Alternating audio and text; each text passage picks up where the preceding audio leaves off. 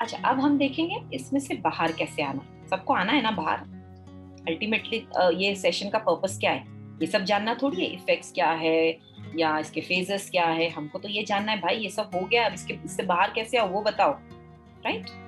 तो अभी इसके लिए take down the points, you can even write down, this will help not only you, even your friends और someone, आपका भाई बहन का ब्रेकअप हो जाता है, किसी के लिए आपको ये काम आ जाएगा। तो सबसे पहला स्टेप आपको लेना है वो है डिलीट ऑल द मेमोरीज।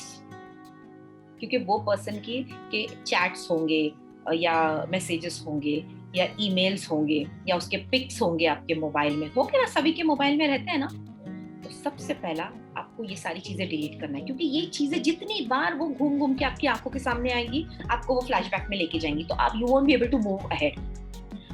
चाहे उनके फोटोज हो, गिफ्ट्स हो, अगर वो पर्सन ने आपको गिफ्ट दिया है तो हम क्या करते हैं, गुस्से में वो गिफ्ट को कहीं तो भी कबड़ के कोई कोने में डाल के रख देते हैं। Don't do that. I know it's very difficult to part away with those gifts, क्योंकि बहुत प्यार से दिया होता है, but still you have to move on, you have to decide कि मुझे मूव ऑन करना है, इसलिए you give away that gift to somebody else.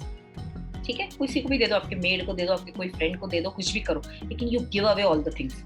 Gifts भी दे दो, मैसेजेस सारे डिलीट कर दो। बहुत मुश्किल होता है, कोई कोई लम्हे तो इतने यादगार रहेंगे आपके कि आपको पिक डिलीट करने को भी बहुत तकलीफ होगी। Clear? I am telling you, I know it is very difficult, but वो करना ही है, दूसरा ऑप्शन नहीं है मेरे पास। सेकेंड पॉइंट में, see, you have to understand that this is a breakup of relationship. It is not breakup of everything. Getting the difference? Breakup of relationship, not breakup of everything. एक relationship breakup हुआ है, सभी चीज को आप breakup मत करो। जैसे हम क्या करते हैं ब्रेकअप के बाद, we become very inactive on social media. हम फेसबुक, इंस्टा, वो क्या क्या है वो सब पे जाते ही नहीं, राइट?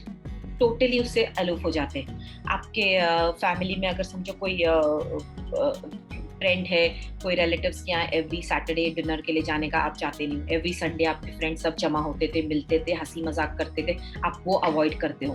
पिकनिक के लिए चलने को आपको बोलता है तो आप वो अवॉइड करते हो, नहीं मेरा मन नहीं कर रहा है, मुझे नहीं आना है। तो here you have to understand that this is the breakup of relationship, it is not breakup of everything in the world. तो आपको ये सब चीजों का ब्रेकअप नहीं करना है, वरना क्या होता है वो ब्रेकअप बड़ा हो जाता है। See, you are creating that picture very huge. A breakup is also one relationship, not with all the relationship, right? No, you have your parents, you have your friends, so many people are there, but वो एक relationship के लिए आप सारी चीजों को सजा दे देते हो, सारे रिश्तों को सजा दे देते हो। You need to understand that there is a difference between breakup of relationship and breakup of all the things. Next point, decide your mourning period. Mourning मतलब क्या, कोई मर जाता है तो हम गम मनाते हैं ना, किसी के कल्चर में 13 दिन का गम मनाते हैं, किसी के यहाँ 40 दिन का मनाते हैं, किसी के यहाँ 3 दिन का मनाते हैं, है ना? वैसा ही अभी आपका ये रिश्ता मर चुका है, तो इसका मोर्निंग पीरियड कितना होना चाहिए? सी, मोर्निंग पीरियड सभी रिलीजन में डिसाइडेड है। 3 days, 13 days, 40 days, 21 days, 25 days, सब में डिसाइडेड है। तो decide your morning period.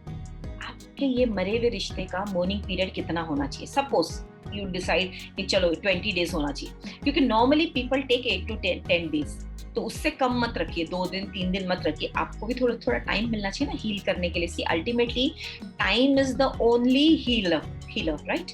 Time will heal everything. Breakup को हील करना है तो आपको टाइम देना है, दैट्स ऑल। जो चीज आज आपको बहुत तकलीफ दे रही, 10 साल बाद आप पीछे मुड़ के देखोगे तो आपको बहुत हंसी आएगी, ये how dumb you were behaving यार after a breakup. You may tell this to yourself. तो time is the best healer, but आपको यहाँ पर डिसाइड करना है कि मेरा मोर्निंग पीरियड कितना होगा, और आज ही डिसाइड करना है कि may be 20 days, 25 days, whatever you decide. और इसमें क्या करना है, आपको जो करना है कर लो। आपको खाना खाने का मन नहीं कर रहा, मत खाना खाओ। आपको लगता है मैं रूम में लॉक करके अपने आप को रखूं, आप अपने आप को रूम में लॉक कर दो, इट्स ओके। आपको लगता है कि मुझे किसी से भी बात नहीं करना है, मुझे कोई फोन कॉल नहीं उठाना है, मुझे सोशल मीडिया पे नहीं आना है, मत आओ। क्योंकि मॉर्निंग पीरियड में हम यही करते हैं ना, जब हमारे घर में कोई इंसान चला जाता है तो मॉर्निंग पीरियड में तो हम ऐसे ही करते हैं ना, ये सारी चीजों का ब्रेक ले लेते। तो it's okay, you are taking break, but pre-decided morning period. Since this morning period should not be for years. Otherwise you will never move on. तो आप पहले डिसाइड कर लीजिए कौन कितना पीरियड रहेगा, एंड देन उसमें आपको जो करना है करिए। आप रोज रो लीजिए, या अगर वो बंदे को गाली देने का मन करता है, आप कैथारसिस प्रोसेस करिए। कैथारसिस में take a paper and pen and just go on scribbling everything whatever comes to your mind. उसको गाली देना है, उसको गाली लिख दो, जो भी आपको, जैसे you are writing a letter to that person, you write down. वो जब भी मेट मूवी में देखा है ना आपने, वो करीना को बोलता है ऐसे लिखने के लिए, वैसे लिख डालो। लेकिन all these things should happen during the morning period. उसके बाद आपका 25 डेज का मॉर्निंग पीरियड, 21 डेज का मॉर्निंग पीरियड, वो जो खत्म हो जाता है, उसके बाद आपको ये याद नहीं करना है और इसका गम नहीं करना है। तो इसलिए आपको ये डिसाइड करना है। Next point is don't repeat the cassette. हम क्या होता है, वही हमारी बातें चलती है। देखो क्या होता है ना, अभी आपका ब्रेकअप हुआ है, आपको पता चला है, तो बहुत आपके सब फ्रेंड्स को आपसे बहुत सहानुभूति रहेंगी, तो they will come to you and they will be curious also to know कि ऐसा क्या हुआ कि ब्रेकअप हो गया। तो इसलिए फर्स्ट टाइम सुनने को उनको बहुत अच्छा लगता है, क्योंकि उनको मालूम करना होता है ना कि भाई ऐसा क्या हो गया। तो फर्स्ट टाइम बहुत इंटरेस्ट से सुनेंगे वो। बट क्या होता है, वो जब भी आपको मिलने आते हैं, आप फिर से वही कैसेट बजाते हो, होता है ना। तो क्या होता है, ऐसे टाइम फ्रेंड्स भी साथ छोड़ देते हैं। फ्रेंड्स क्या सोचते हैं, नहीं यार उसके पास नहीं जाना है, वो तो वही दुखड़ा रोता रहेगा, बोलते हैं ना, हम भी बोलते हैं कभी कभी किसी के लिए। तो हमको अब ये ध्यान रखना है कि हमारा मॉर्निंग पीरियड खत्म हो गया है, एंड दिस नेक्स्ट पॉइंट, ये दोनों को आप कंबाइन कर लो। We are not going to repeat that cassette again. हो गया, एक बार बता दिया, 2 बार बता दिया, तीसरा कोई फ्रेंड आया उसको भी 3 बार बता दिया, इट्स ओके। बट एक ही फ्रेंड को 4 बार नहीं बताना है सेम स्टोरी। Stop that. ये अपने को जानबूझ के स्टेप्स लेना है, नहीं तो बाय डिफॉल्ट हम वही करते रहते हैं जब हमको पता नहीं होता। Next point, make strong family bonds. See ultimately your family is your foundation. आप कहीं भी जाओ, आप कुछ भी करो, सही गलत कोई भी काम करो, एंड में आपको कौन सपोर्ट करने वाला है? फ्रेंड्स भी शायद सपोर्ट करे, शायद ना करे, you are not sure about it, but your family will always support you. भले वो आपको 2 थप्पड़ मारेंगे, गालियां देंगे, सब करेंगे, बट एंड में वो सपोर्ट ही करने वाले आपको। तो जब आपका ब्रेकअप हुआ है, तो you remember that you need your family support, specially your mother, क्योंकि मदर इज द पर्सन जिसके गोद में आप सिर रख के रो सकते हो। Mother is the person who can hug you, cuddle you. और ये टाइम ऐसा रहता है ना, you need some physical love. कोई तो आपको गले लग के वो जादू की झप्पी दे और आपको बोले इट्स ओके, ये जिंदगी का पार्ट है, हो गया, भूल जाओ। तो you have to work on this strong, on creating this strong family bonds. Next is you should have one person. I would not recommend someone from your family, but one person, जैसे third party बोले हम, कि जो आपको पूरी तरह से बिना जज करे सुन सके। मतलब जिसके पास you can just open out your heart, कि मेरे मन में ऐसा आया, मेरे सही गलत वो एनालाइज ना करें, ऐसा पर्सन। सी ऐसा some people are very lucky to find such friends. ऐसे फ्रेंड्स होते हैं जो पूरी तरह से आपको नॉन जजमेंटली सुनते हैं। But if you don't have such friend, please higher a therapist और अ काउंसलर और अ मेंटर। लेकिन ऐसे वक्त पर एक ऐसे इंसान की जरूरत पड़ती है जिसके सामने आप पूरा दिल खोल के रख दो। This is also very important point. इसको अवॉइड मत करिए, वरना क्या होता है, see you will cry in front of so many people but they are not experts। वो लोग अपने अपने एक्सपीरियंस के हिसाब से आपको एडवाइस देंगे। लेकिन थेरेपिस्ट और a counsellor would be a person जिन्होंने ऐसे बहुत सारे ब्रेकअप्स एक्सपीरियंस किए, मतलब खुद नहीं एक्सपीरियंस करे लोगों के, तो वो आपको राइट डायरेक्शन देंगे कि देखो ये जो तुम्हारे साथ हो रहा है ये नॉर्मल है। जैसा अभी मैं आपको एडवाइस दे रही हूँ, या क्यों दे रही हूँ, because I have seen many breakups. कितने लोग हैं जो अपने ब्रेकअप की स्टोरी लेकर मेरे पास आते हैं, तो मुझे पता है ये जो मैं बता रही हूँ उसी एक्सपीरियंस से बता रही हूँ, सभी के साथ हुआ है ये सारी चीजें। सी मैं जो भी बता रही हूँ उसमें से 80% चीजें हर एक इंसान के साथ हुई है, 20% का हम मार्जिन रखते हैं, क्योंकि डिपेंड ना, some are strong personality, some are not, but 80% चीजें सभी लोगों के साथ होती है। Okay, so next point is you have to take care of your physical health. हम जब फिजिकल हेल्थ की बात करें तो देखो क्या हो जाता है, या तो आपने 10-15 दिन अपने आप को रूम में लॉक कर दिया, आप चलते फिरते नहीं हो, आप कुछ करते नहीं हो, आप रो रहे हो सिर्फ, तो इससे क्या होता है, may be you may have experience back pain और समथिंग। तो ये चीजें आपको हो सकती है। आप सही तरह से खा रहे नहीं हो, आप अपने आप का ध्यान नहीं रख रहे हो, तो उसकी वजह से आपको एसिडिटी का प्रॉब्लम, गैस के प्रॉब्लम, ये सब होने के चांसेस होते हैं। तो इसलिए जरूरी है कि ब्रेकअप के बाद आप अपने फिजिकल हेल्थ का ख्याल रखिए। तो इसके लिए आपको एक तो बैलेंस डाइट लेना है। खाना आप देखिए, हो सके तो शुगर एंड फ्राइड चीजें आपको अवॉइड करनी है ड्यूरिंग दिस फेज, बिकॉज ये इमोशनल ब्रेकडाउन का स्टेज है। तो इसमें आपको sugar and fried item avoid करना है, क्योंकि बॉडी भी वैसा रिस्पॉन्स दे रही है ना इमोशंस के साथ साथ। तो जो बॉडी नॉर्मल डाइजेशन प्रोसेस आपका कैरी आउट कर रही थी, वो इस वक्त ना कर पाए, may be it is working only on 50% capacity because it is disturb. तो इस वक्त स्टमक पे लोड नहीं डालना है, हमको डाइजेस्टिव सिस्टम पे लोड नहीं डालना है। तो शुगर और कोलेस्ट्रॉल वाली चीजें, फ्राइड चीजें, ये आपको अवॉइड करनी है। तो आपको बैलेंस डाइट खाना, जिसमें आपको कार्बोहाइड्रेट्स, प्रोटीन, सारी चीजें सही तरीके से मिले, ठीक है। एंड देन इसके साथ आपको सी you may have a temptation because you are so disturbed that you may have a temptation to go for some drugs or alcohol या even toxic friends। जो फ्रेंड्स आपको अच्छे नहीं लगते थे, गलत रास्ता बताते, चल यार जाते हैं हम लोग पब में जाके मजा करते हैं, ऑल दैट। तो आप ये टाइम है कि आप बहुत जल्दी उनके रास्ते पर चले जाओगे। So you have to avoid that.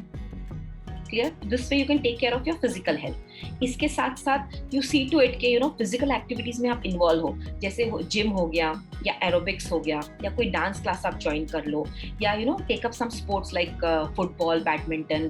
रोज शाम को 1 घंटा खेलने जाओ। इससे ऑफकोर्स आपके थॉट्स तो डाइवर्ट हो ही रहे, लेकिन आपकी फिजिकल चीजें सारी बैलेंस हो रही है। जो आपने अपने आप को रूम में बंद करके, लॉक करके जो अपने बॉडी का नुकसान कर दिया था, वो ठीक होने लगेगा, वो रिपेयर होने लगेगा if you involve yourself in physical activities. Okay, next very important point, that is goal setting. अभी आप बोलोगे ये मैम का दिमाग खराब हो गया क्या, ये गोल सेटिंग का सेशन थोड़ी है। हम बोलते हैं मैम को गोल सेटिंग का सेशन लो, तो लेती नहीं है, और अभी ब्रेकअप में गोल सेटिंग कहाँ से आ गया। But I tell you, this is the fertile ground for goal setting. क्योंकि आप डिस्टर्ब हो गए होते, आपका रूटीन ब्रेक हो गया होता, आपको पता नहीं है, आगे कुछ दिखाई नहीं दे रहा, आप कल से आप कैसी जिंदगी जीने वाले हो, मैं कैसा दिन गुजारूंगा, कैसे जिंदगी गुजारूंगा। This is the time you have to plan your life. आपको लिखना है, take a book and pen and you write down what are your expectation from life. आपको किस टाइप की लाइफ चाहिए, आपको लाइफ में क्या करना है, आपको कहाँ तक जाना है, आपको कितने पैसे कमाने हैं, आपको कितने लोगों का भला करना है, आपको क्या अच्छी अच्छी चीजें करनी है, कितनी डिग्रीज ऐड करनी है, education, qualification, everything you decide now. This is the right time. और क्या हो रहा है ना, ये जो एनर्जी का बर्स्ट हो रहा है, इसको राइट जगह पे आप चैनलाइज करोगे। तो this is the right time for goal setting. तो जब भी ब्रेकअप होता है ना, टेक 2-3 डेज, जैसा कर लो मॉर्निंग, उसके बाद गोल सेटिंग करो। गोल सेटिंग बहुत राइट डायरेक्शन में जाएगा, क्योंकि आपका माइंड आपको सही रास्ता दिखाएगा। सदफ, तेरे साथ ऐसा हुआ, अब तुझे लाइफ में बहुत आगे जाना है। और बहुत लोगों के साथ ऐसा हुआ है, आपने मूवीज में भी देखा होगा, धड़कन मूवी अगर किसी ने देखा होगा, शिल्पा शेट्टी एंड सुनील शेट्टी की। तो उसमें सुनील शेट्टी बहुत गरीब होता है, तो शिल्पा शेट्टी के जो फादर रहते हैं वो अक्षय कुमार से शादी करवा देते हैं। उस सुनील शेट्टी के चप्पल में होल होता है, तो वो ऐसा दिखाया है कि वो इतना गरीब होता है। एंड देन जब वो एज गुड एज ब्रेकअप हो रही है ना, वो जब लड़की की शादी हो गई, उस टाइम पे ब्रेकअप नहीं होता था, उस टाइम पे इसी को ब्रेकअप कहते थे। तो वो गुस्से में फिर वो सोचता है कि मैं कैसे पैसा बनाऊं, मुझे भी इतना रिच बनना है, पैसे की वजह से एक लड़की ने मुझे छोड़ दिया, and then he becomes very rich.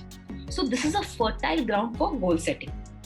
Getting it? तो जब ब्रेकअप होता है, आपके कोई फ्रेंड का, आपके भाई का भी हुआ ना, उसको ये बताओ जाके, may be he has not attended the session, तो आप उसको समझाओ कि भाई तुम अभी अपनी लाइफ प्लान करो कि what I am expecting from my life, मुझे लाइफ में क्या क्या करना है उसकी लिस्ट बनाओ। हाँ, एक और इम्पोर्टेंट चीज, गोल सेटिंग क्यों इम्पोर्टेंट है इस वक्त, क्योंकि देखो जब आप कोई भी रिलेशनशिप में जाते हो, तो उस रिलेशनशिप के लिए आप कोई ना कोई गोल को आप कॉम्प्रोमाइज करते हो। See it could be anything, जैसे आपको आपके घर वालों का कुछ ख्याल रखना था, लेकिन आपने वो टाइम अपनी गर्लफ्रेंड को दे दिया, या आपको कोई एजुकेशन की नई डिग्री ऐड करनी थी, लेकिन वो पढ़ाई छोड़ के आप उसके पीछे लग गए। तो कोई ना कोई गोल आपने सैक्रिफाइस किया होगा शायद, तो वो कॉम्प्रोमाइज किया है अपने गोल। तो this is the right time कि भाई क्यों मैंने कॉम्प्रोमाइज किया ये सब चीजें और मेरे 5 साल बर्बाद कर दिया। So why not focus on my own goals and go ahead in life. Next step में आपको क्या करना है, आपको ना देखो, आप 2 साल या 5 साल जितना भी टाइम आपने स्पेंड किया होगा इस रिलेशनशिप में, इस रिलेशनशिप ने आपको काफी कुछ सिखाया है,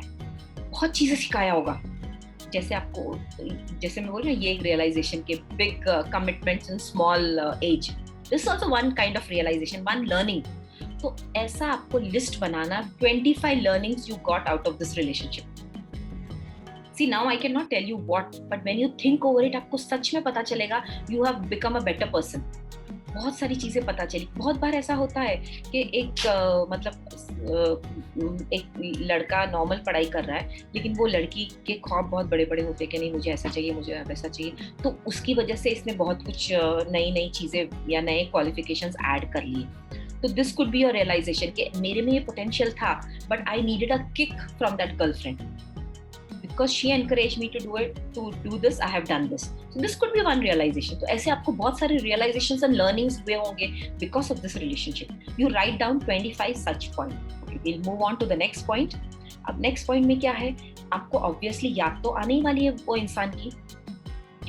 मैं बोल रही हूँ ना, अगर आज ब्रेकअप हुआ है तो 10 साल बाद अगर 2030 में या 2031 में आप हो, तभी भी आपको याद आएंगी. वो पर्सन नाम से याद आता है. वो पर्सन हो सकता है आप इंडिया में हो, वो अमेरिका में है, आप कभी उससे मिल रहे भी नहीं हो 10-11 साल में, बट फिर भी उसका पूरा इमेज आपके आंखों के सामने रहता है. तो इसमें हमको क्या करना है, जब भी वो पर्सन की याद आती है, आपको ग्रैटिट्यूड देना है. क्योंकि देखो, हमने क्या सोचा है, अभी हमको लेट गो करना है, और वो जो परमानेंट प्लेस बन गई है उसको हमको अच्छा रखना है ना. सही है ना. तो उसके लिए हमको ग्रैटिट्यूड देना है. देखो, वो इंसान जब आपकी लाइफ में था तो आपने उसके साथ कुछ ना कुछ अच्छे लम्हे गुजारे होंगे, तो वो इवेंट को याद करके थैंक यू बोलो, या फिर वो पर्सन में जो भी अच्छी क्वालिटीज थी उस क्वालिटी को याद करके थैंक यू बोलो. जब भी वो पर्सन आपको याद आता है, उसकी एक अच्छी क्वालिटी या अच्छा इवेंट आपको याद करना और आपको थैंक यू बोलना है. Respect that relationship. देखो, एंड उसका कैसा भी हुआ हो, when you were in that relationship you had a good time, so you need to respect that relationship. मन से वो रिस्पेक्ट चाहिए. Okay, we move on to next point. अब नेक्स्ट पॉइंट में क्या बताना चाह रही हूँ, say whether you should socialize और यू शुड स्टे अलोन. क्या होता है ना, बहुत लोग क्या करते हैं, अपने आप को रूम में लॉक कर देते हैं. They will not respond to friends, they will not talk to their parents. अकेले रहना ज्यादा पसंद करते हैं ऐसे में. और कोई लोग अभी उनको पता है कि नहीं भाई, अभी मैं अकेला रहूंगा तो मुझे उसकी याद आएंगी, उससे अच्छा है कि मैं दोस्तों में रहूं, मैं घर आना ही नहीं चाहता हूँ. तो वो क्या करते हैं, वो जो सुबह से निकलते तो रात को 1-2 बजे घर आएंगे कि बस घर जाते ही बेड पर पड़ के सीधा सो जाए. So we need to keep a balance here. I will not say socializing is good or being alone is good. There should be a balance between socializing and being alone. आपको balance create करना है, क्योंकि excess socializing is also not good, and being alone again, that is dangerous. So there should be a balance. This is the next point. There should be a balance between socializing and being alone. And the next point is self-talk. जो हम अकेले में बात करते हैं ना, सी whenever you are alone, अभी ये पॉइंट से ही फ्लो होता है ये. हम बोल रहे हैं there should be balance in socializing and being alone. तो जब आप अलोन रहते हो तो आप कैसे सेल्फ टॉक करते हो, आप मन में क्या बात करते हो, आप ऐसे सोचने लगते हो कि मुझ में क्या कमी थी, इसने क्यों छोड़ दिया, क्या मैंने इसकी सारी ख्वाहिश पूरी की, मैंने इसकी सब बात मानी, फिर क्यों इसने मेरे साथ ऐसा किया. ये जो थॉट आते हैं ना, ये नहीं करना है. आपको सेल्फ टॉक पे बहुत ध्यान देना है. आपको सेल्फ टॉक क्या करना है कि इट्स ओके, हमारा शायद हमारी तकदीर में इतना ही लिखा हुआ था, 2 साल का 5 साल का साथ, जो भी हमारा इतना ही साथ लिखा था, and it's okay. Now I accept that this is over and this is for my best. See, very important sentence. जो भी हो रहा है that is for the best. To accept that. तो ये आपके सेल्फ टॉक में जाना बहुत जरूरी है, वरना क्या होगा, वही थॉट घूम के आप वाइब्रेशन में ऊपर नहीं जाओगे, नीचे ही आते जाओगे, and you will not be able to come out of it. ये हम सेशन क्यों अटेंड करें, because we want to come out of it ना. फिर वापस अगर वही इमोशन में जाना है तो सेशन अटेंड करके फायदा क्या है. ठीक है. तो self talk should be very good, जहाँ पर आपको बिल्कुल ऐसी बातें नहीं करनी है. तो वो रिलेशन को रिस्पेक्ट भी करना है, एक्सेप्ट भी करना है, लेट गो करने की तैयारी रखनी है कि जो भी हो रहा है अच्छे के लिए हो रहा है. Then next point is forgiveness. See, forgiveness तो सबसे इम्पोर्टेंट चीज है, क्योंकि जब तक आप सोचोगे वो सामने वाला पर्सन गलत है, या उसने मेरे साथ गलत किया, या मैं कोई क्या होता है ना, जिसकी वीक पर्सनालिटी रहती है ना, वो गिल्ट की फीलिंग ज्यादा रहती है उनको लगता है शायद मैं ही बराबर नहीं थी, मेरे में कमी थी. Whatever, whether you blame the other person और you are blaming yourself, this is nothing but it's like a thorn. कोई कांटा आपने आपके मन के अंदर रख दिया है. अब मुझे बोलिए, अगर कांटा मन के अंदर है तो वो क्या करेगा. कांटे का नेचर क्या है, वो आपको सहलाएगा या आपको जख्म देगा. कांटे का तो नेचर वही है ना, thorns will always prick you. तो ये थॉर्न्स को निकालने का काम सिर्फ फॉरगिवनेस करता है। फॉरगिवनेस कैसा है, हम बोलने के लिए तो बहुत बोल देते हैं, हाँ मैंने तो उसको फॉरगिव कर दिया, I have moved on in life, this is just showing to the world. But अंदर से आपने फॉरगिव किया या नहीं, that you have to ask yourself. अगर आपको आज उस इंसान के बारे में सोच के अच्छा लगता है, बुरा बिल्कुल कभी ख्याल नहीं आता है, तो आपने सच में दिल से फॉरगिव कर लिया। लेकिन आज भी आपको दुख होता है और ये कहीं ना कहीं छोटा सा भी ब्लेम आता है, आइदर फॉर दैट पर्सन और for your own self, that means you have not forgiven him completely.